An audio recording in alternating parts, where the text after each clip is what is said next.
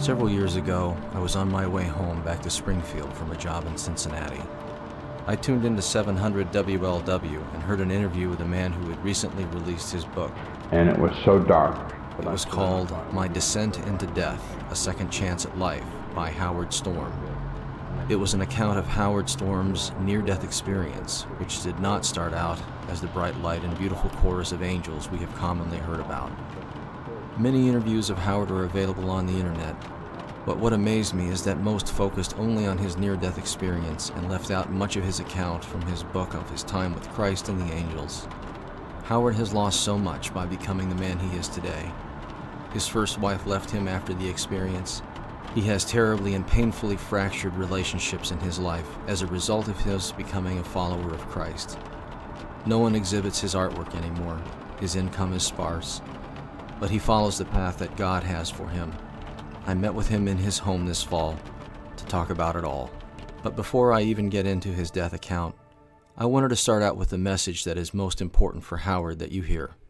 When you think about it, I think rationally, why are people so offended by Jesus? You know, Jesus is arguably, but I think you can make a very convincing argument, probably the most influential individual that's ever lived on the face of the earth. I don't think it's hard to make that argument and make it convincingly. You know, he was poor, he never had an army, he never had any money, he was like, and yet he's been the most, individual who's changed the world more than any other person, and like his whole message was about love. So why are people so hostile to him?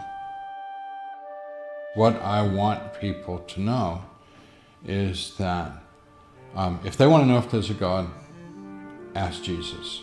If they want to know if Jesus is real, ask Jesus. If they want to know what to do with their life, ask Jesus. Matter of fact, everything you want to know and need to know, all you have to do is ask him.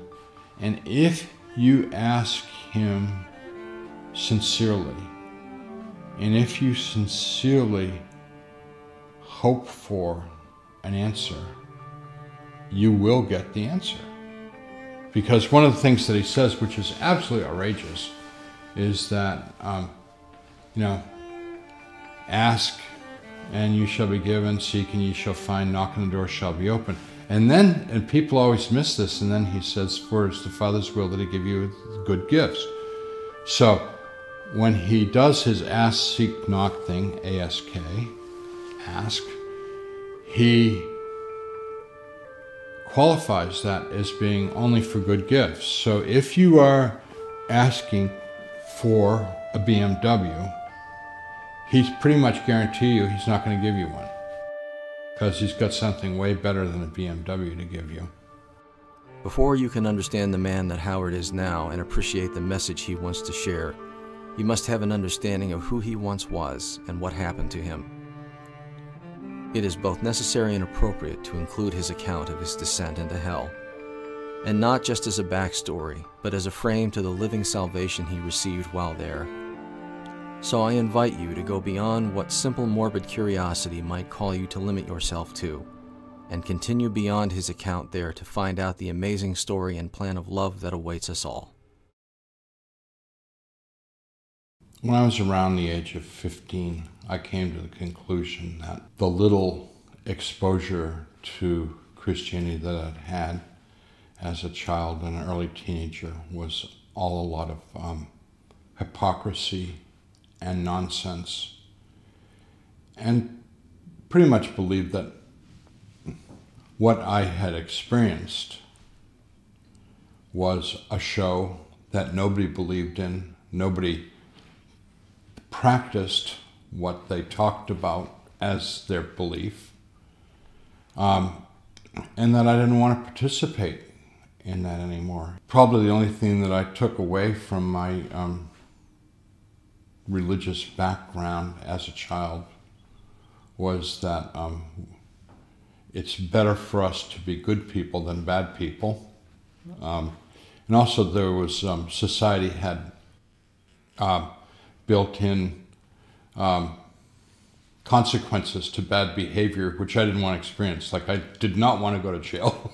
I didn't want to go to prison. And so I was socialized enough that I would get away with what I could get away with and make sure that I never got caught.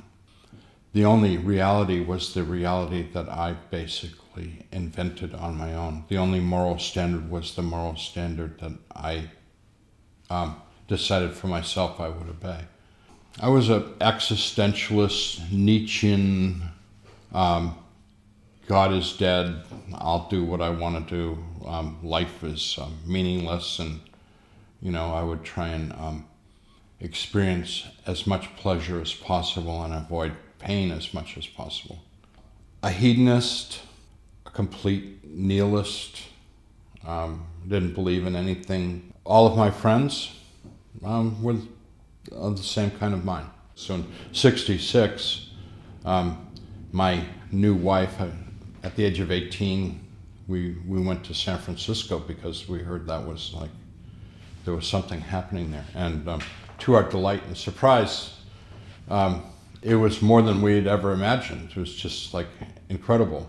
Relishing in the hedonism of San Francisco, which we participated in to a certain degree. Came to Kentucky in '72 to be an art professor. I was very successful as a professor. I got, after 3 years at the university, I got tenure and became a full professor in my 20s, which is unusual.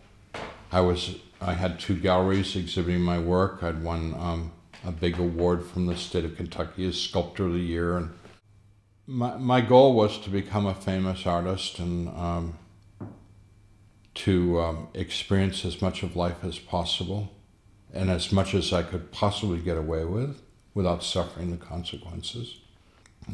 I drank heavily, was just a completely manipulative, egotistical, driven person. And as long as people didn't offend me, I was pleasant to be around. If someone offended me, I had nothing to do with them and wished them as much harm as possible. I was on a art tour with a group of students around Europe, and we were on the next to the last day of the trip, and we were in Paris, France. And at 11 o'clock in the morning, I had a perforation of the small stomach. But when it happened, it was completely unexpected and took me to the ground. So the doctor came to the hotel, knew what was wrong, told me that I had to have surgery right away, called an ambulance. The ambulance took me to the Hospital General d'Assistance Publique de Paris. Instead, they put me in a room and told me that they were getting a surgeon. The pain that had taken me to the ground, kicking and screaming, and making me feel like I was going to lose my mind, the pain was so overwhelming, got much, much worse. And I was pretty sure that this was coming to a conclusion. The nurse came in and said that they were unable to find a doctor and they would try and get one the next day. This was at 8:30 that night. And I'd been to this for 9.5 hours. And when she left the room, I knew that for a long time, for several hours, I had been living from moment to moment, trying not to die. And now I knew it was time to let it happen. I'd resigned myself to dying. Said goodbye to my wife, told her to tell my kids that I loved them, etc. And she cried. She sat down and I closed my eyes and went unconscious, which is what I wanted. With absolute certainty that that would be my last sensation, my last thought. Realized that I was standing up, That was my first conscious thought, was I'm standing up, and I opened my eyes, and there I was standing up in the room that I had been, right next to the bed that I had been lying in. And my second thought, other than being conscious and having my eyes open, was that the pain wasn't there anymore. I was pain-free, and I was happy. I was so excited about that, and then I began to realize that not only was I pain-free, but I felt better than I'd ever felt in my entire life. More alive, my senses were heightened. I was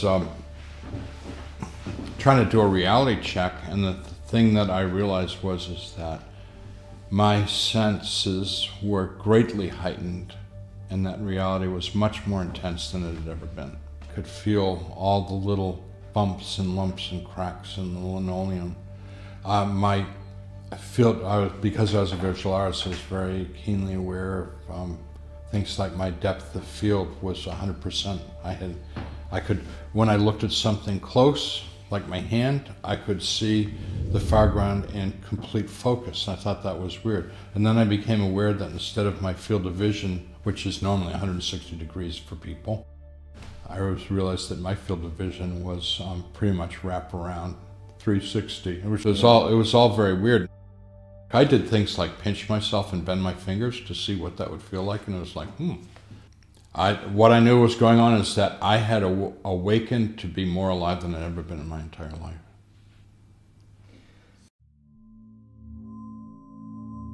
I saw the bed that I'd been in, and there was a body in it. And when I went and looked at the body in the bed, it looked like me. But I refused to believe that that was me, because I was not only alive, I was more alive than I'd ever been, and there was this cadaver in the bed that looked like me, but that couldn't be me. So I just refused to believe that that was me.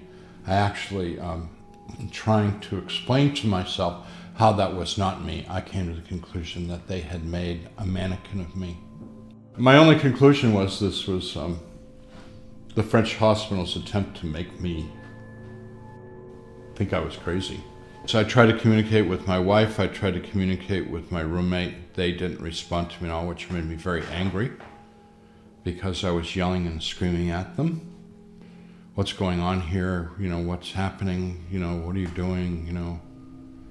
And I got no response to them, and I assumed that they were trying to ignore me, to make me angry, which made me more angry. So I heard people outside the room calling me by name, so I went over to the door of the room to see who these people were, and they said, "Hurry up, let's go, we've been waiting for you." And I said, "Well, I'm sick, I need to have surgery. I've been waiting for hours for a surgeon." And they said, "We know all about you." I went into the hallway. The hallway was creepy, shadowy, gray, and the people stayed back in that grayness. It was pretty evident to me that they didn't want me to get too close to them at that time. They didn't want me to see them clearly. But they were all adults, male and female, and everything was just gray. They were gray. So I went with them. They encircled me and led me what at first I thought was a hallway, which turned out to be space without any definition, no walls, no nothing except the surface that we were walking on. And we walked and walked and walked. And you know, all rules of physics of this world are no longer applicable in that world. So when people ask me how long I walk, I say it would be like walking from here to Dayton or something.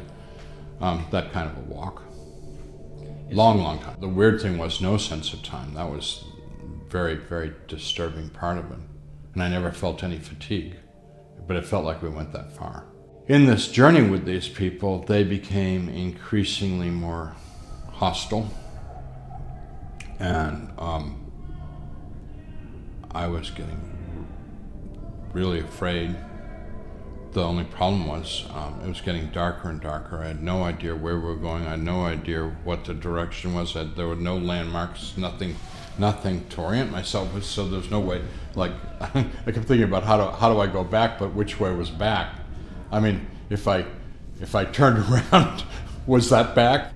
They became scary enough, and it was so dark that I said, I'm not going with you any further. I mean, the only thing I could do would be to refuse to cooperate, which I did.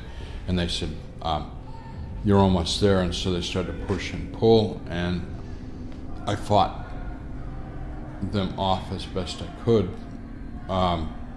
which was completely unsuccessful because what had been a small group had grown as we had journeyed more and more and more, joined the group. So now I was in the midst of a mob of indeterminate size. It might have been hundreds or more, I don't know. And they were indoctrinating me into their world. It's best defined by what wasn't there, which is a world of hopelessness, a world of lovelessness, a world with no light. These were people. They weren't demons, they weren't monsters. They were people who had lived in this world, who had lived the same kind of life that I had lived. And they were familiar to me, unfortunately. I mean, I hate to admit it, but they were my soulmates, because these people who had rejected God had, sadly, in their rejection of God, rejected everything that God gives us that we take for granted. And God gives us love, God gives us joy, God gives us light, God gives us hope, God gives us the creation, the world, and in their world, all those things are absent. All as they have is their existence themselves, which is what they had lived for in this world, for their own self-gratification, and the company of people they were with ended up being basically people seeking to dominate and torment one another. They're sort of emotional vampires in a way, and I was, use the prison term, the new fish. People in this world are curious about that, and I am not going to satisfy their curiosity except to say that there has never been a horror movie or a sadomasochistic imagination that can imagine what they do, because this is all they do. And I'm also aware that this was just one tiny aspect of the afterlife. I came to the conclusion that people who lived crummy lives went down the toilet bowl of the universe into the sewer, and that I had lived a crummy life, and I had ended up in the sewer with all my other fellow sewer rats, and we were going to go deeper, because if you're familiar with septic systems, what the real activity in the septic system is deeper down in the cesspool, and that what they were preparing me for was being rendered down into deeper states. It was a terrifying prospect, and certainly something that I didn't want to be with them. I didn't want to go with them. I didn't want to go deeper. Oh, I felt absolutely that there was no way out. This was it.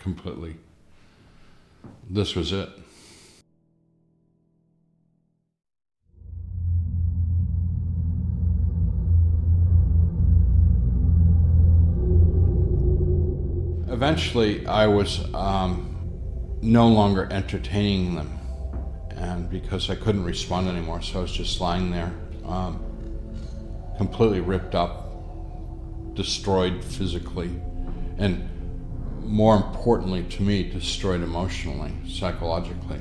Lying there on the ground, people kicking me and getting no response from me at all anymore. I was too spent to moan or groan or complain or anything. I heard a voice that sounded strangely like my own voice, and I don't know where it came from, but it didn't come from me, but it said, pray to God, and I thought, I don't pray, I don't believe in God. And the voice said, pray to God, and I thought, I don't know how to pray. I don't pray.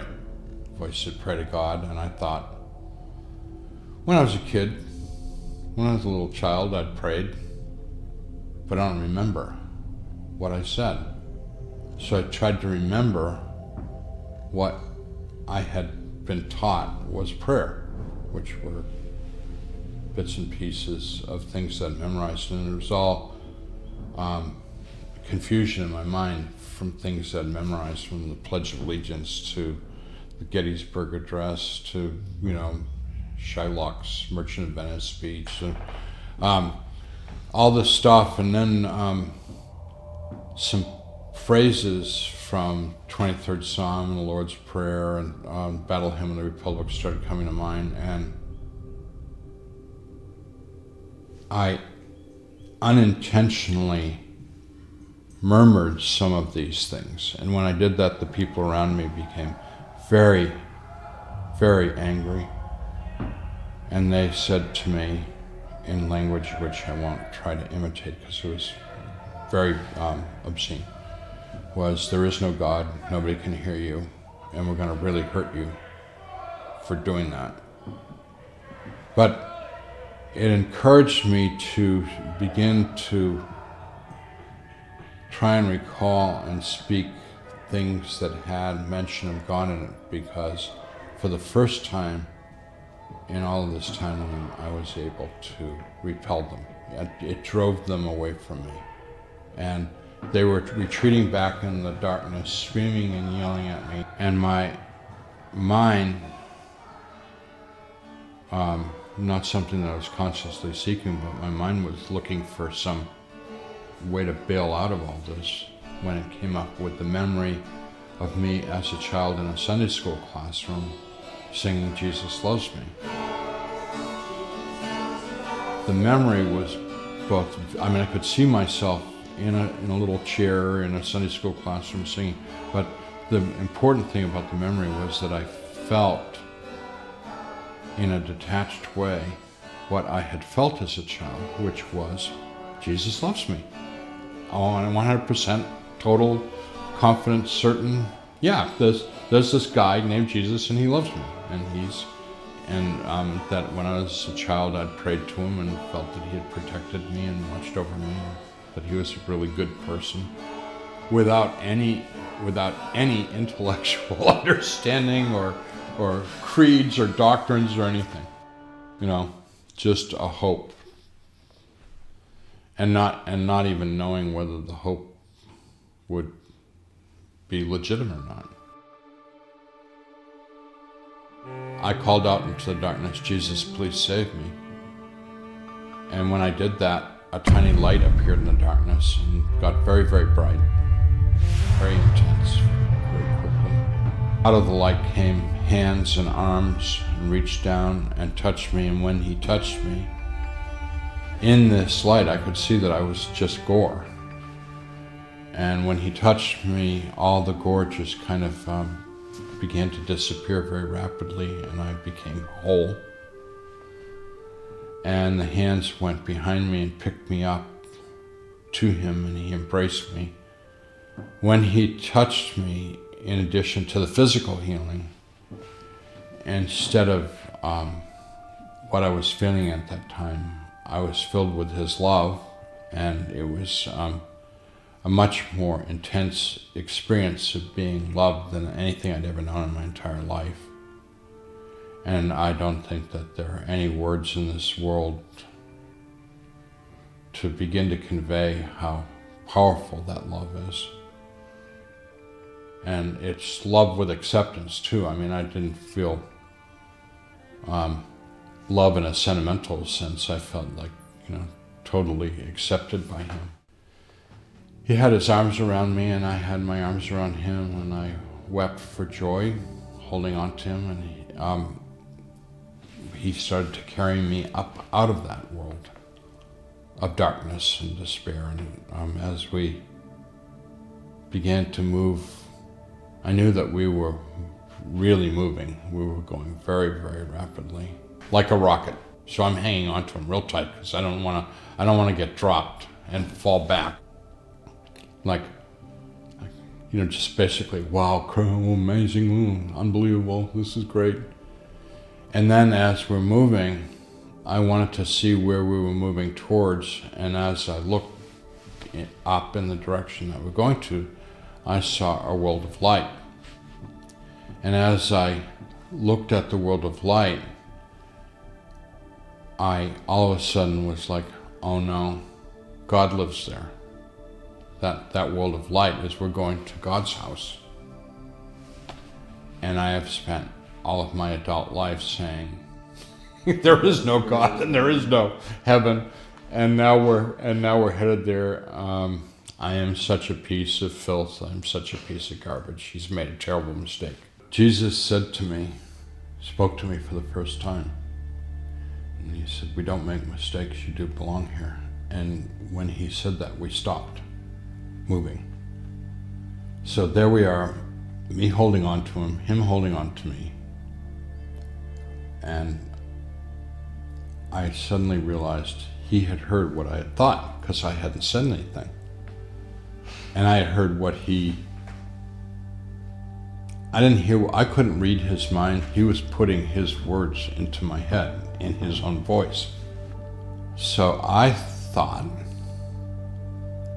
do you know what I'm thinking? And he said, I not only know what you're thinking, I know everything you've ever thought. And I thought,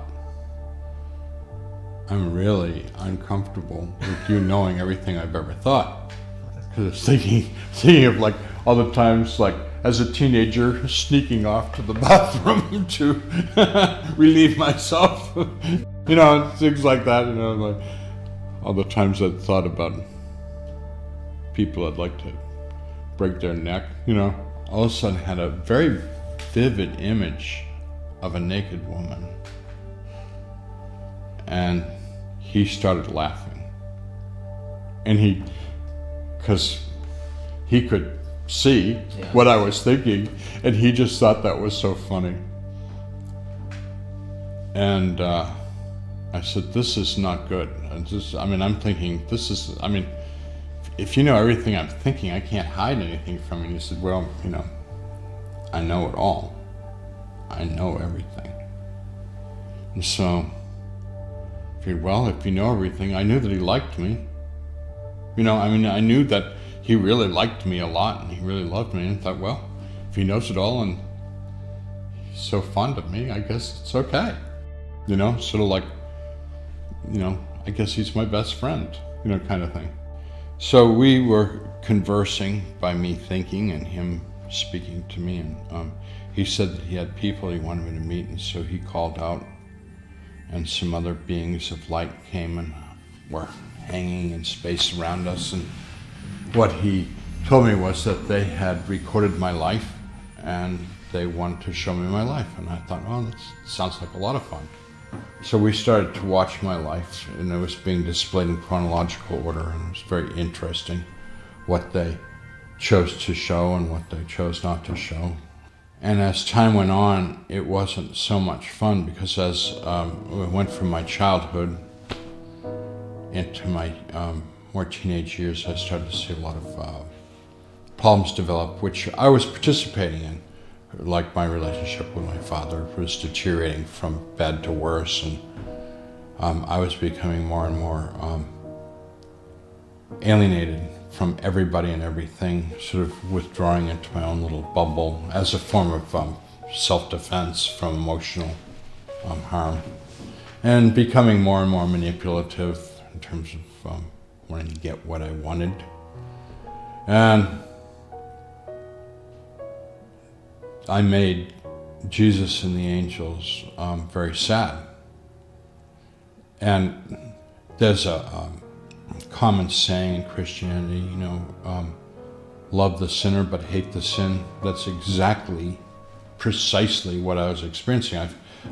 I always felt that they loved me and cared a great deal about me, but they didn't like what I was doing in my life, because the bottom line was, it was harmful to me. Everything that I saw as me being the victim of, everything that I could rationalize and excuse myself for doing, was of my own doing and was basically self-destructive. Like one of the examples of how he wanted to show me how I should have lived or could have lived was, I was a teenager. My father went into I had an older sister, 2 years older than I am, and he went into a room and beat her very severely. And I lay in my bed, this was late at night, and listened to it and did nothing, which I was so ashamed of. I wanted to do something, but the problem was that I knew that if I went in there, I'd kill him. And then it stopped. And he laughed, and she was in there crying. I went into my sister's room, and I climbed into bed next to her, which I'd never done in my life. I mean, the thought of being in bed with your sister is like disgusting. I climbed in bed, and I put my arm around her and held her. And her crying got less and less, and she fell asleep. And I was still awake, and I thought, I better hold on to her. So I just held on to her and fell asleep too. When I woke up in the morning, she was still sleeping. I scampered out of there because I didn't want her. I was kind of horrified by the fact that I'd spent the night holding my sister. But Jesus said, no, that was beautiful. He was very happy with that. So after we went through my life review, and he had completely ignored all the things that I had done that I thought were my achievements in life, and instead had shown me of all of my lack of response to other people. I was very unhappy with my life review, and he asked me if I had any questions, and I said, I've got a million questions, and he said, go ahead and ask whatever you want.